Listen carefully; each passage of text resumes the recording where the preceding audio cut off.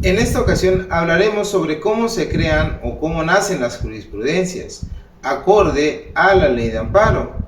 Comencemos a decir que las jurisprudencias se han conceptualizado como la fuente del derecho constituida por los criterios de interpretación que sustentan los órganos jurisdiccionales expresamente facultados para ellos, al conocer de los asuntos de su competencia, con la finalidad de fijar el sentido y el alcance que debe darse a las normas jurídicas o incluso a completar estas normas. Criterios que al reunir los requisitos legales necesarios se vuelven obligatorios para todos los tribunales jerárquicamente inferiores a aquellos que los sustentan. Sin embargo, no todos los criterios que dichos órganos sustentan adquieren el carácter de jurisprudencia, sino solo aquellos que reúnen los requisitos previamente establecidos por el legislador. El fundamento legal de esto lo podemos encontrar en el artículo 94, 11º párrafo de la Constitución Política de los Estados Unidos Mexicanos, en el que dispone que la ley fijará los términos en que sea obligatoria la jurisprudencia que establezcan los tribunales del Poder Judicial de la Federación sobre la interpretación de la Constitución, así como de las normas generales y los requisitos para su interrupción. Por lo que los sistemas para integrar una jurisprudencia y los órganos por los cuales cada uno de ellos pueden emitir criterios obligatorios se encuentran regulados o fundamentados en la ley de amparo, específicamente en sus artículos 215 y 216, en los que nos dice que la jurisprudencia se establece de tres maneras: por presentes obligatorios, por reiteración y por contradicción. La jurisprudencia por precedentes obligatorios son establecidos por los tribunales, por la Suprema Corte de Justicia de la Nación, funcionando ya sea en pleno o en salas. La jurisprudencia por reiteración se establece por los tribunales colegiados de circuito.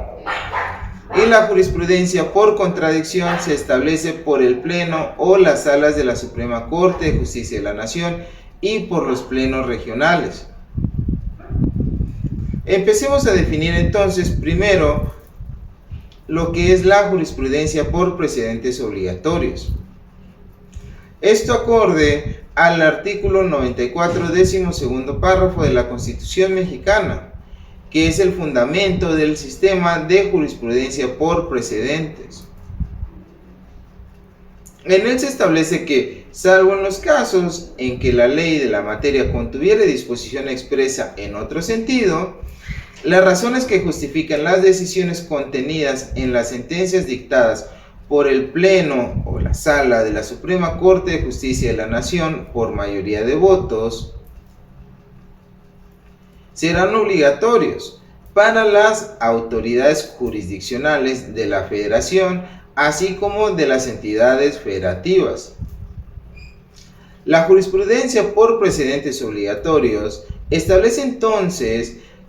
establece entonces, como dijimos, por la Suprema Corte de Justicia de la Nación, funcionando en pleno o en salas. Esto según lo descrito en la ley de amparo en su artículo 222, donde mandata textualmente que las razones que justifican las decisiones contenidas en las sentencias que dicte el Pleno de la Suprema Corte de Justicia de la Nación constituyen precedentes obligatorios para todas las autoridades jurisdiccionales de la Federación y de las entidades federativas, cuando sean tomadas por mayoría de votos, pero las cuestiones de hecho o de derecho que no sean necesarias para justificar esta decisión, esas sí no serán obligatorias.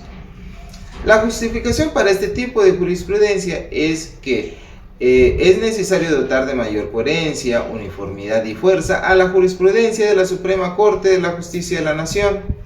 y para lograr lo anterior se propone que dicho alto tribunal avance a un sistema de precedentes en el que las razones que justifiquen las decisiones compartidas por una mayoría calificada sean obligatorias para todos los órganos jurisdiccionales sin necesidad de que sean reiteradas como comúnmente se realizaba. De esta manera, todas las sentencias de la Suprema Corte de Justicia serán relevantes y los justiciables podrán exigir que sean observadas por todos los tribunales. También garantiza que la justicia constitucional beneficie a más personas, especialmente a las personas más pobres y marginadas, quienes tienen más dificultad para litigar sus asuntos en diversas instancias y necesitan ver protegidos sus derechos con mucha mayor eficacia, eficiencia y celeridad. La integración de este tipo de jurisprudencias es, primeramente, que las razones que justifiquen las decisiones puedan adquirir obligatoriedad, es decir, los criterios que sustenten las decisiones que el Pleno o las salas de la Suprema Corte de la Justicia adopten en sus sentencias. Por eso es que las cuestiones de hecho o de derecho que no sean necesarias para justificar esta decisión no serán obligatorias, únicamente aquellos hechos o derechos que justifiquen las decisiones de la sentencia. Este sistema de integración de jurisprudencia tiene como finalidad dar mayor fuerza a los criterios que emita la Suprema Corte, con la finalidad de que con mayor efectividad y prontitud enmarquen la labor al momento de resolver en el resto de los tribunales del país. Ahora hablaremos de la jurisprudencia por reiteración. La jurisprudencia por reiteración, que es la forma más conocida de creación de jurisprudencia. Esta jurisprudencia lo determinan los tribunales colegiados de circuito cuando sustentan por unanimidad al momento de resolver casos distintos que entrañen un fondo similar y de igual forma un mismo criterio, en 5 sentencias no ininterrumpidas por otra sentencia en contrario, sabiendo que cuestiones de hecho o de derecho que no sean necesarias para justificar la decisión no serán obligatorias. Este sistema de reiteración es el primero que se reguló en nuestro sistema jurídico y por mucho tiempo fue el único a través del cual podía establecerse criterios vinculantes, por lo que la reiteración es el método tradicional de integración de la jurisprudencia en nuestro sistema jurídico, a tal grado que la jurisprudencia se le ha llegado a definir como la interpretación de la ley firme y reiterada y de observancia obligatoria que emana de las ejecutorias. La reiteración del criterio es un presupuesto para que éste pueda llegar a adquirir obligatoriedad. Sin embargo, para que ello ocurra es necesario que se satisfagan otras exigencias, como lo son que los criterios deben de ser productos de la actividad jurisdiccional, es decir, solo las ejecutorias que pronuncien los tribunales colegiados de circuito al resolver los casos concretos sometidos a su conocimiento. Y estos pueden ser el sustento de la jurisprudencia, nada fuera de ello. Otro presupuesto es que las sentencias deban de ser consecutivas. Debe de haber continuidad en el criterio, de modo que entre la emisión de los fallos no debe mediar una sola ejecutoria con un criterio de interpretación contrario al que se pretende establecer como jurisprudencia, por lo que las 5 ejecutorias deben provenir de un solo órgano jurisdiccional, lo que quiere decir que el mismo tribunal colegiado debe dictar las 5 sentencias en las que contenga el criterio. De igual forma, los fallos deben ser uniformes, es decir, lo resuelto en las ejecutorias debe versar sobre la misma cuestión de fondo, lo que se refiere a que debe tratarse de resoluciones que otorguen igual interpretación a las mismas normas legales aplicadas a situaciones similares. Por último, la jurisprudencia por contradicción de criterios. La jurisprudencia por contradicción se establece por el Pleno o las salas de la Suprema Corte de Justicia de la Nación y por los plenos regionales. Esta jurisprudencia por contradicción se establece al debatir los criterios discrepantes sostenidos entre las salas de la Suprema Corte de Justicia de la Nación,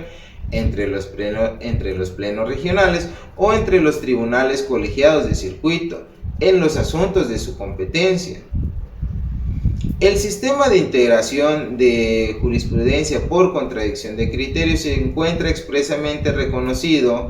en la Constitución, en el artículo 107, fracción 13, que establece que las partes legitimadas para denunciar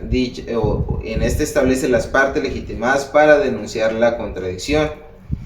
haciendo mención que controversias de las que habla este artículo, el artículo 103 de la Constitución, con excepción de aquellas en materia electoral, se sujetarán a los procedimientos que determine la ley reglamentaria, haciendo mención a su vez que las resoluciones que pronuncie el Pleno o las salas de la Suprema Corte de Justicia, así como los plenos regionales, solo tendrán el efecto de fijar la jurisprudencia,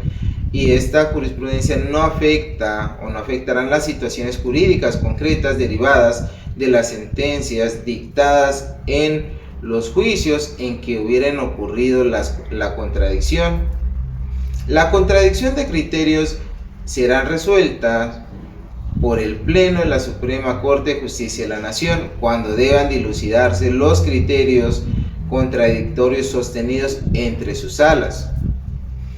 También por el Pleno o las salas de la Suprema Corte de Justicia de la Nación cuando deban dilucidarse los criterios contradictorios sostenidos entre plenos regionales o entre tribunales colegiados de circuito pertenecientes a distintas regiones.